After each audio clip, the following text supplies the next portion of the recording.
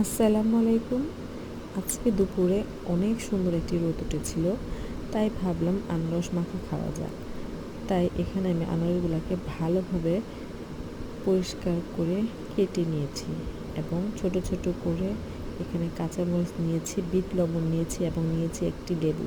যেহেতু একটু শরীরটা একটু জ্বর জ্বর অনুভব করতেছিলাম, সেই জন্য নিলাম। এবং আছে রাঁধুনির কাসুন্দি। আমি সবসময় রাঁধুনির প্রোডাক্ট ইউজ করে থাকি।